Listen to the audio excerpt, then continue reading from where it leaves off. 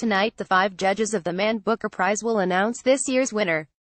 It was also the votes of 5 judges that chose the winners at the city Dionysia in Athens, where Aeschylus, Sophocles, Euripides and Aristophanes fought for attention and glory, and where the results were met with regular outrage.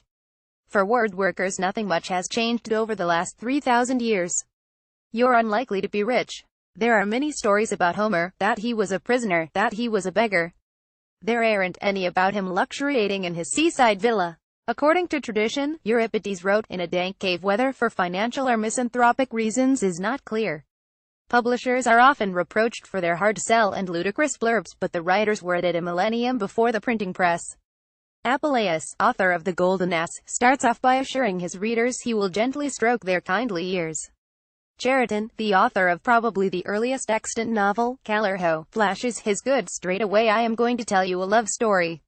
Long before the cues at Heian, writers hunted down listeners to expose them to extracts from their work. Let me state, I don't believe writers are owed any support or attention, although I'm delighted to receive any I can get. Yet the history of literature is mostly a history of patrons. Even the big earners such as Molière and Shakespeare, and there is a suggestion that Shakespeare made most of his money from the oyster concession at the Globe, benefited from a nod from the Nobs. When the Booker started in 1969, there was no grand manifesto. The original intent was to give the prize to the best novel in the English language. Best is an epithet that is at once graspable, if widely open to debate. There was a clear sense of pleasure in the selection. The early shortlists were a mix of titles, but richer in novels that might be described as more accessible, more commercial, more fun than many that figure in the last 10 years. Derek Robinson's Goshawk Squadron, J.G. Farrell's The Siege of Krishnapur, Beryl Bainbridge's The Dressmaker, for instance. Booker back then had an author division that held the rights to Ian Fleming and Dennis Wheatley. I don't believe there's a single British novelist who'd back letting the Americans in. I certainly haven't met one.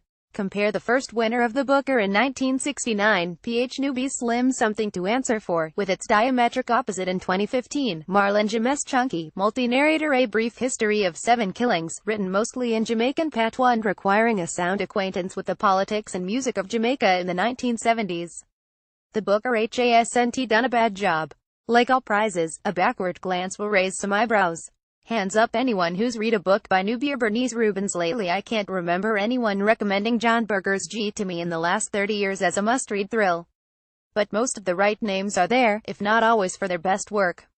However, it's the same hit and miss for the Nobel Prize. Sully Prudhomme or Selma Lagerlof, anyone. There was a shift in the Booker shortlists of the 80s, a distinct swing to the literary novel.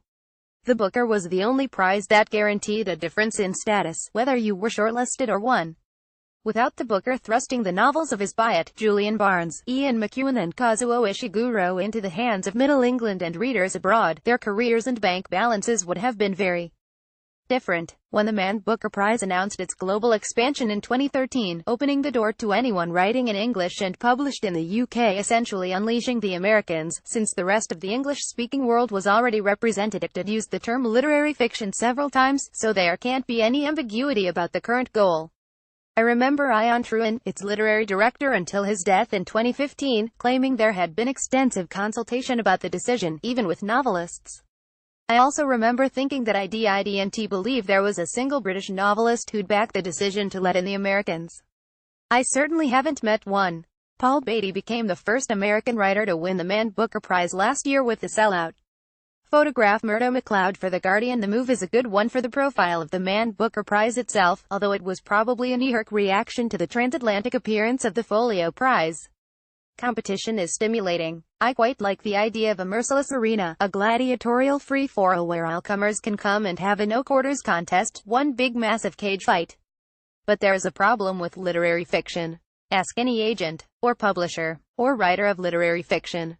It's a tough sell. The basis of commercial fiction is that it does the same or similar thing again and again, and doesn't ask much of the reader. An arrangement the reader is perfectly entitled to. Unfortunately, literary fiction is largely the opposite. I can't think of a writer, whether a genre writer or literary one, who writes primarily for money. All the writers I know write because they want to. But a novel takes time to write, and there are bills. The winner of the Man Booker last year was Paul Beatty, a witty and entertaining American. Half of this year's shortlist are American, two of whom, George Saunders and Paul Auster, are landmarks in American fiction. In addition to selling well in one of the largest fiction markets in the world, both Saunders and Auster could mosey into any university in the U.S., chat for an hour and get thousands of dollars, and there are a lot of universities in the U.S. I like competition, but shouldn't there be a level playing field? British writers aren't eligible for the big American awards. The stipulation that American writers have to be published in the UK doesn't help much as, by definition, the strongest and most successful American authors are the ones that cross over. It's heartening to see a homegrown first-timer, such as Fiona Mosley, on the shortlist. Yet the presence of the Americans is simply making it harder for British talent to flourish or even survive, not to mention the writers from the Commonwealth. If the Man Booker cares about British literary fiction, maybe it should have a rethink.